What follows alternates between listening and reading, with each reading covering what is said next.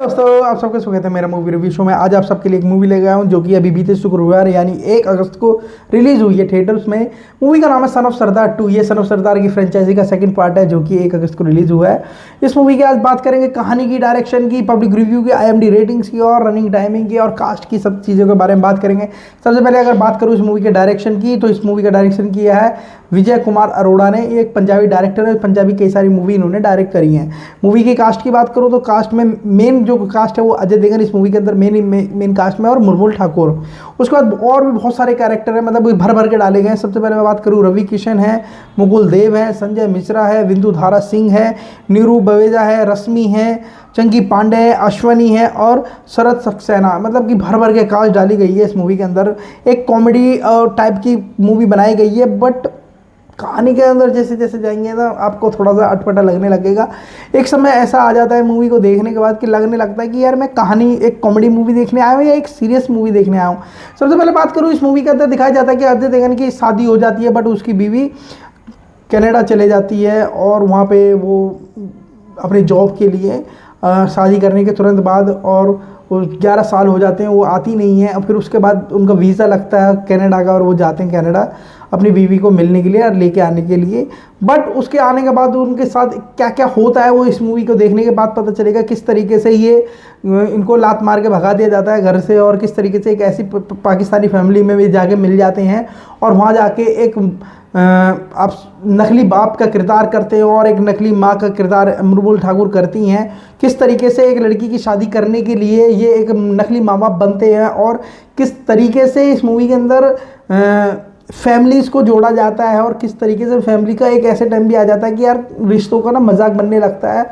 और हिंदुस्तान पाकिस्तान की कुछ पॉइंट डालने की कोशिश करी है इस मूवी के अंदर, बट उस पॉइंट्स को लेकर अगर बात करूँ ना तो वो मज़ा आया नहीं जिस हिसाब से इस मूवी में सन ऑफ सरदार से रिलेटेड अगर आप रिलेट करोगे ना तो वो मज़ा नहीं आएगा। इस मूवी में देखोगे तो आप ऐसा लगेगा ना कहीं आपको ये एक कॉमेडी के नाम पे ना एक सीरियस मूवी चिपका दी गई है। इस मूवी में अगर मैं बात करूँ अजय देवगन की, तो शुरू में जो अजय देवगन का किरदार दिखाया गया ना, एक ऐसा दिखाया गया है कि थोड़ा सा उसकी ना एज चेहरे पे दिखती है, थोड़ा उसकी आवाज़ में, थोड़ा उसके चलने में थोड़ा सा लगता है कि एक उम्र के हिसाब से बंदे की उम्र दिखने लगती है।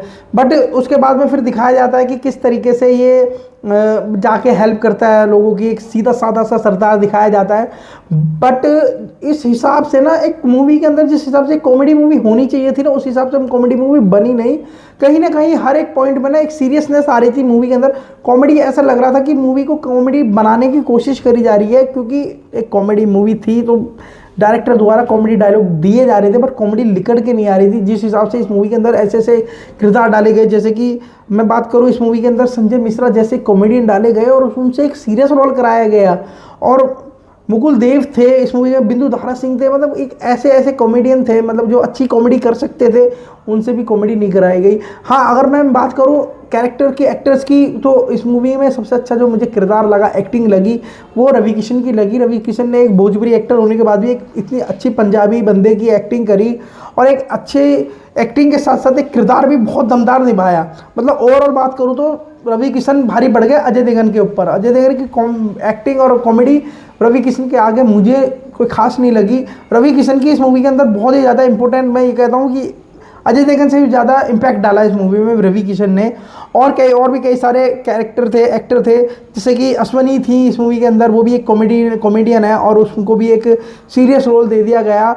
बट कॉमेडी यार इस मूवी में ना ढूंढ के निकालनी पड़ी थी। कहीं कहीं कॉमेडी लग रहा था कि हाँ पॉइंट डाल, जैसे कि अजय देवगन को बॉर्डर मूवी की जो कहानी सुनाते हुए दिखाया गया, वहाँ पे लगा कि कॉमेडी डाली और अच्छी कॉमेडी अजय देवगन ने करी लगी थोड़ा सा। बट एक दो जगह और लगी, बाकी सब ऐसा लगा कि फीका फीका है मूवी के अंदर, कोई खास नहीं। कोई ऐसा सन ऑफ सरदार जैसा जो हम सोच के बैठे थे, जो सन ऑफ सरदार में जो कॉमेडी थी या सन ऑफ सरदार में जो पंच लाइन थे, उस हिसाब से कुछ भी नहीं था इस मूवी के अंदर।